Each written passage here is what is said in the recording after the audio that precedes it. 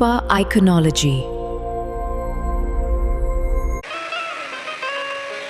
तारकासुर के 3 बेटे थे, तारकाक्ष, विदुम्माली और कमलाक्ष।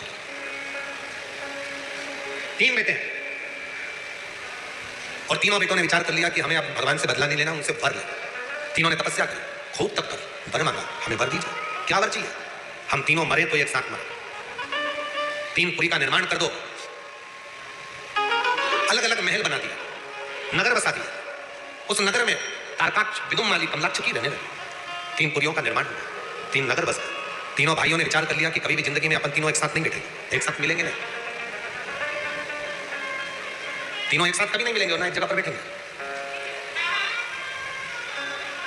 तीनों अलग अलग रहने लगे। खूब उपद्रव मचाया उन्होंने, इतना उपद्रव मचाया कि चारों तरफ हाहाकार मच गया। तब सारे देवता भगवान शिव जी को पुकारने लगे, बाबा कुछ कृपा करिए, कुछ करुणा करिए,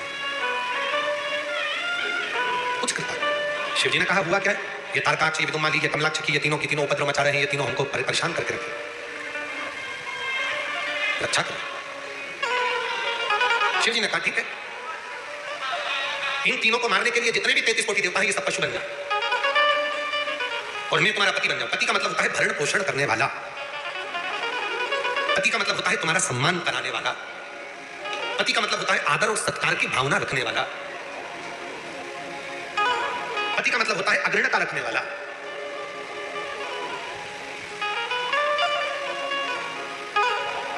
पति वो नहीं है कि नशा कर कर आया और पत्नी को जूते से मार रहा है, लात मार रहा है, गाली दे रहा है, अपशब्द कह रहा है, आड़ा टेढ़ा कर। एक श्रेष्ठ पति की परिभाषा शिव महापुराण की कथा करना था कर लिया। तब तक जब तक तुम्हारा विवाह नहीं हुआ, शादी हो गई, नशे से दूर हो जाओ।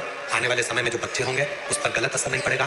तुम्हारे बच्चों को किसी के मुंह से सुनना नहीं पड़ेगा कि तेरा बाप बेवड़ा है, तेरा बाप शराब पीता। हो गई गलती, जब तक शादी नहीं हुई ठीक है, समय निकल गया, पर अब थोड़ा बदलाव। विवाह होने के बाद जितना बदलाव चाहिए जिंदगी में वो बदलाव होना चाहिए। शिव महापुराण की कथा कहती है जब किसी लड़की का मंगल विवाह होता है, शादी होती है, तो उस पर 2 परिवार का बोझ बढ़ जाता है। लड़की को जरूरत है कि जिस घर में वो विवाह कर गई है वहां के माता पिता का सम्मान, सत्कार, आदर करे, और लड़के को जरूरत है कि जिस घर से लड़की आई है उस घर के माँ बाप का आदर करे, सम्मान करे। महापुराण की कथा वर्णन कर रही है। तारकासुर के 3 बेटों के लिए देवता पशु बन गए, भगवान शिव पशुपतिनाथ बन गए। तारकाक्ष, विदुम्माली, कमलाक्ष की को एकत्रित कर उनके प्राणों को हरा। शिव जी का नाम पशुपतिनाथ होता है। पशुपति एक व्रत होता है, 5 सोमवार का ये व्रत होता है। मंदिर में सुबह के समय पर भी पूजन करना होती है और शाम को भी पूजन करना होती है। शाम को जब वो थाली पूजन की मंदिर लेकर जाते हो तो उसमें 6 दीपक रख के ले जाया जाता है। मीठे का प्रसाद साथ में ले जाया जाता है। मंदिर में जाकर तीनों प्रसाद के 3 हिस्से कर दिए जाते हैं। 6 दिए को नीचे रख लिया जाता है, उसमें से 5 दिए प्रज्वलित कर दिए जाते हैं, जला दिए जाते हैं। एक दिया जो नहीं जलाया है उसको वापस थाली में रखा जाता है।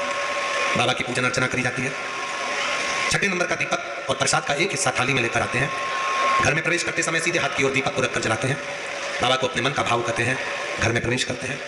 जब शाम को भोजन करते हैं उससे पहले जो प्रसाद का एक हिस्सा है वो पूरा खाते हैं, फिर भोजन ग्रहण करते हैं।